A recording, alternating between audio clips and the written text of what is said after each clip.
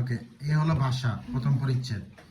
আমি শুধুমাত্র এখান থেকে কোনগুলা পড়বা, আমাদের বাংলা ব্যাকরণ কি আসে শুধু এমসিকিউ। সো এখানে শুধু এমসিকিউর জন্য প্রয়োজনীয় টপিকগুলো আমি পড়াই দেবো। এখানে অনেক কিছু দেখো হাইলাইট করা আছে, সবকিছু তোমার পড়তে হইব না, বুঝছো? আচ্ছা, তো এইখানে জাস্ট খালি তুমি এই যে একটা ভাষা আছে ইশারা বা কি ইঙ্গিত ভাষা, এটা তোমার যারা যে মুখে কথা বলতে পারে না বধির, ওদের ভাষার নাম কি ইশারা বা ইঙ্গিত ভাষা। এখানে তো একটা পড়ার কিছু নাই। আসলে এখানে মেইন ইম্পর্টেন্ট জায়গা হয়েছে এইটা বাকযন্ত্র। এই যে আমরা কথা বলি, আমাদের কি কি কাজে লাগে? আমাদের কাজে লাগে নাক, মুখ, ঠোঁট, জিহ্বা, দাঁত, গলা, কণ্ঠনালী, শ্বাসনালী, যেটাতে শ্বাস আসে। কাজে লাগে তোমার কি বলে ফুসফুস। বাতাস আসে কোথা থেকে? ফুসফুস থেকে। পরীক্ষা আসবে ষড়যন্ত্রের অংশ কোনটি, বাকযন্ত্রের অংশ কোনটি। বাকযন্ত্রের অংশ কে? নাক, মুখ, ঠোঁট, দাঁত, জিহ্বা, শ্বাসনালী, ফুসফুস, এগুলা কি বাকযন্ত্রের অংশ। তো পরীক্ষা আসবে নিচের কোনটি বাকযন্ত্রের অংশ নয়। ধরো অপশনে লেখা আছে কি কান। কান কি বাকযন্ত্রের অংশ? না। বুঝা গেছে? তুমি জাস্ট খালি বাকযন্ত্রের অংশ কারা কারা? কণ্ঠ, কণ্ঠ মানে কি গলা, জিহ্বা, উষ্ঠ মানে ঠোঁট, দন্ত মানে দাঁত, নাসিকা মানে কি নাক। আচ্ছা, তারপরে তোমরা যাবা পরের পৃষ্ঠাতে।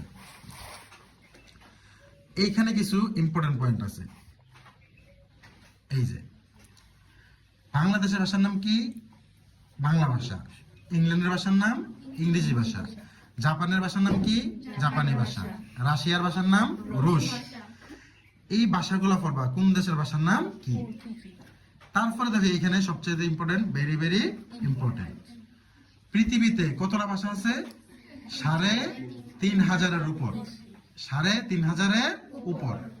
আচ্ছা, এটা করার পরে এখানে বাংলা ভাষার উৎপত্তি হয়েছে কত বছরের আগে? ১০০০ বছর পুরনো। কত বছর? ১০০০ বছর পুরনো। কিন্তু এইখানে তুমি দেখো লেখা আছে বাংলা ভাষা প্রায় কত বছর আগে? ১৫০০ বছর পুরনো। তাহলে পরীক্ষা যদি আসে বাংলা ভাষা কত বছর পুরনো? ১৫০০ বছর পুরনো।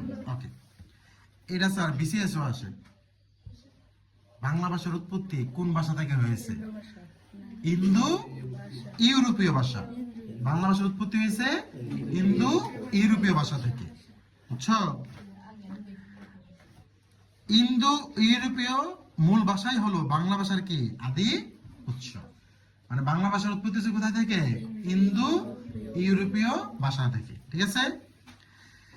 এইখানে একজন দেখো, ওনার নাম হয়েছে কি ডক্টর মোহাম্মদ শহীদুল্লাহ। ডক্টর মোহাম্মদ শহীদুল্লাহ বলতেছে যে বাংলা ভাষা উদ্ভবকাল, মানে বাংলা ভাষার সৃষ্টি হয়েছে কত সালে? ৬৫০ খ্রিস্টাব্দে। আবার সুনীতি কুমার বলতেছে না, বাংলা ভাষা উৎপত্তি হয়েছে ৯৫০ খ্রিস্টাব্দে। এই দুটো সাল মুখস্থ করতে হবে। সুনীতি কুমার কইছে কত সালে? ৯৫০। আর শহীদুল্লাহ কইছে কি ৬৫০। এই দুটো সাল মুখস্থ করতে হবে, এমসিকিউতে আসবে, ঠিক আছে? এখানে একটা ইম্পর্টেন্ট পয়েন্ট আছে, কত শতকে বাংলা ভাষার উদ্ভব হয়েছে? কত শতকে? ৭ম শতকে। কত শতকে? ৭ম শতকে। বুঝছো নি স্যার? আসে এই যে এখানে একটা ইম্পর্টেন্ট লাইন আছে, সেটা হলো বাংলাদেশ ছাড়াও আর অনেক জায়গা আছে যারা বাংলা ভাষার কথা বলে। যেমন কে কে? ভারতের পশ্চিমবঙ্গ, পশ্চিমবঙ্গ মানে কলকাতা, দাদা বাবুরা। ঝাড়খণ্ড, বিহার, উড়িষ্যা, ত্রিপুরা, আসাম এবং কি কাছাড়ের অধিবাসী, এরা সবাই কি বাংলা ভাষার কথা বলে। বাংলা ভাষা প্রায় ১৫০০ বছরের পুরনো, এটা তো আমরা আগেই বললাম। পৃথিবীর সব ভাষাতে কটা রূপ আছে? ২টা। একটা হচ্ছে কি, একটা হচ্ছে লিখা, আর একটা হচ্ছে কি মুখের ভাষা। একটা হচ্ছে লিখিত ভাষা, আর একটা হচ্ছে কি ভাষা? মুখের ভাষা। বাংলা ভাষারও কটা হচ্ছে? ২টা রূপ আছে, ঠিক আছে? একটা হচ্ছে সাধু ভাষা, একটা কি ভাষা? চলিত ভাষা। সাধু ভাষা কি আর চলিত ভাষা কি? সাধু ভাষা যে শুদ্ধ ভাষায় বলে, আজ বিকাল ৪ ঘটিকার সময় জগদীশপুর মাঠে জগদীশপুর ফুটবল একাদশ বনাম নোয়াপাড়া ফুটবল একাদশের মধ্যকার একটি ফুটবল ম্যাচ আয়োজিত হতে যাচ্ছে। এটি যে সাধু ভাষাগুলো। আর চলিত ভাষা আজকে বিকালে যুবদেশ্বর মাঠ, যুবদেশ্বর আর নোয়াপাড়া একটা খেলা হইব। এটি যে চলিত ভাষা। ওই যে বলে না যে একজন পুরুষের দুজন কি আছে, ছেলে সন্তান আছে, এটা সাধু। আর উগা বাড়ার দুগা পোয়া আছে, এই হচ্ছে কি চলিত। বুঝছো? এখন এখানে তাকাও, সাধু ভাষা হলো কি বাংলা ভাষার প্রাচীন রূপ। পরীক্ষা আসবে যে সাধু ভাষা না চলিত ভাষা, কোনটা প্রাচীন রূপ? সাধু ভাষা। কোনটা প্রাচীন? মানে কি পুরাতন। প্রাচীন মানে কি? 1800 খ্রিস্টাব্দে কলকাতায় প্রতিষ্ঠিত ফোর্ট উইলিয়াম কলেজে গদ্য চর্চা শুরু হয়। কোথায়? ফোর্ট উইলিয়াম কলেজে। কলেজটা কোথায় অবস্থিত? কলকাতায়। কত সালে শুরু হয়েছে? 1800 খ্রিস্টাব্দে। মনে থাকবে নি? আচ্ছা, এইখানে আসো, এইখানে একটু রিডিং করে নেবা, বাস এখানে ইম্পর্টেন্ট এমন কোনো কিছু নাই। তারপরে পৃষ্ঠার যাই আমরা। প্রধানত ক্রিয়াপদ ও সর্বনাম পদের পার্থক্য বিবেচনা করে সাধু ভাষা ও চলিত ভাষা নিরূপণ করা হয়। সাধু ভাষা এবং চলিত ভাষা এই দুইটা ভাষার মধ্যে শুধুমাত্র ক্রিয়া মানে কাজ এবং সর্বনামের পার্থক্য দেখা যায়। যেমন সাধু ভাষায় বলে তুমি, আর চলিত ভাষাতে বলবো তুই। সাধু ভাষায় বলে তুমরা, আর চলিত ভাষায় বলবো তরা। তো এই যে সাধু এবং চলিত এই দুইটা ভাষার মধ্যে কিন্তু সর্বনামের পার্থক্য আছে। আবার ক্রিয়ার পার্থক্য কীরকম? যেমন সাধু ভাষায় বলে তুমি ভাত খেয়ে নাও, কিন্তু চলিত ভাষায় বলবো তুই ভাত খায়ালা। এই যে খেয়ে নাও এরকম এলো খায়ালা, তাহলে সাধু ভাষায় একরকম, চলিত ভাষায় আর এক রকম। এইখানে যেই শব্দগুলো আছে সবগুলো একবার করে পড়বা।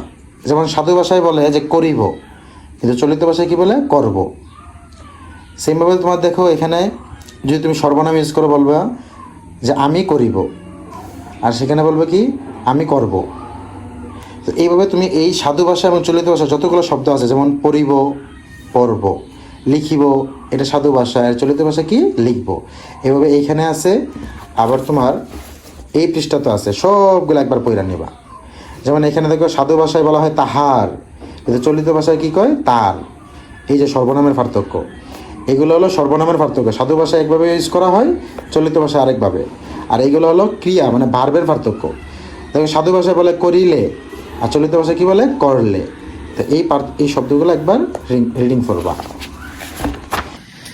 এই যে এখানে দেখো সাধু ভাষার কিছু বৈশিষ্ট্য আছে, চলিত ভাষার কিছু বৈশিষ্ট্য আছে। এগুলো খুবই ইম্পর্টেন্ট স্যার। এগুলোর থেকে বেশিরভাগ এই অধ্যায় থেকে এমসিকিউ আসে, বেশিরভাগ এগুলো। এইখানে এইগুলো অনেক বেশি দাও, আমরা এটা শুরু করে শর্টকাট আমরা এটা দেখবো। এই সাধু ভাষা ক্রিয়া, সর্বনাম এবং অনুসর্গের কোন রূপ ব্যবহৃত হয়? পূর্ণরূপ। অন্যদিকে চলিত ভাষায় সংক্ষিপ্ত রূপ ব্যবহৃত হয়। কোন রূপ? সংক্ষিপ্ত রূপ। সাধু ভাষায় তৎসম বা সংস্কৃত শব্দের ব্যবহার কি হয়? বেশি। অন্যদিকে চলিত ভাষায় অর্ধ তৎসম, তদ্ভ, দেশি, বিদেশি শব্দের ব্যবহার বেশি। সাধু ভাষা অপরিবর্তনীয়। সাধু ভাষা কি? অপরিবর্তনীয়। চলিত ভাষা পরিবর্তনশীল। আজকে আমাদের জগদীশপুরের ভাষা যেরকম, আজ থেকে 50 বছর পরে এরকম হবে না, পাল্টাবে। কারণ বিভিন্ন অঞ্চলের মানুষ আইতেছে। সাধু ভাষার উচ্চারণ গুরু গম্ভীর। গুরু গম্ভীর বুঝনি? অত একটা বোঝা যায় না। কিন্তু চলিত ভাষার উচ্চারণ কি? হালকা। সাধু ভাষা বক্তৃতা ও নাটকের অনুপযোগী। অনুপযোগী মানে কি? বক্তৃতা বা নাটকে চলে না। ও নাটকে যদি কয় হে রমণী, কাল তোমার বাসায় আমি আসিব, সন্ধ্যা 6 ঘটিকার সময় আমার জন্য নুডলস তৈরি করে তুমি প্রস্তুত থাকিবে, হবে? নাটক এমনি কথা কয় না। নাটক কালকে তোমার বাড়িতে আমি ছোটার সময় খাইতেছি, নুডলস টুডলস চাইতো আমি এগুলো খাই মাইয়া। এটা যে কি ভাষা? চলিত ভাষা। তাহলে নাটক যদি এত শুদ্ধ মারে নাটক চলবো? নাটক আর কেউ দেখতো না। তাহলে বক্তৃতা নাটকে অনুপযোগী কোন ভাষা? সাধু ভাষা। কিন্তু চলিত ভাষা কি? উপযোগী। সাধু ভাষা মার্জিত, সাধু ভাষা কিন্তু সুন্দর, এটা সবাই বুঝে এবং কৃত্রিম। আর চলিত ভাষা কি? চটুল, জীবন্ত এবং কি লুকায়ত। চটুল, জীবন্ত এবং কি লুকায়ত। তাহলে সাধু ভাষা কি? ক্রিয়া, সর্বনাম ও অনুসর্গে কোন রূপে ব্যবহৃত হয়? পূর্ণ রূপ। আর চলিত ভাষায় সংক্ষিপ্ত রূপ। সাধু ভাষায় তৎসম শব্দের ব্যবহার বেশি, কিন্তু চলিত ভাষায় অর্ধ তৎসম, তদ্ভ, দেশি, বিদেশি শব্দের ব্যবহার বেশি। সাধু ভাষা অপরিবর্তনীয়, চলিত ভাষা কি? সাধু ভাষার উচ্চারণ কেমন? গুরু গম্ভীর, আর এটার উচ্চারণ হালকা। সাধু ভাষা বক্তৃতা ও নাটকের অনুপযোগী, মানে এগুলো চলে না, কিন্তু চলিত ভাষা চলে। সাধু ভাষা মার্জিত ও কৃত্রিম, চলিত ভাষা কি? চটুল, জীবন্ত ও লুকায়িত। বুঝছো?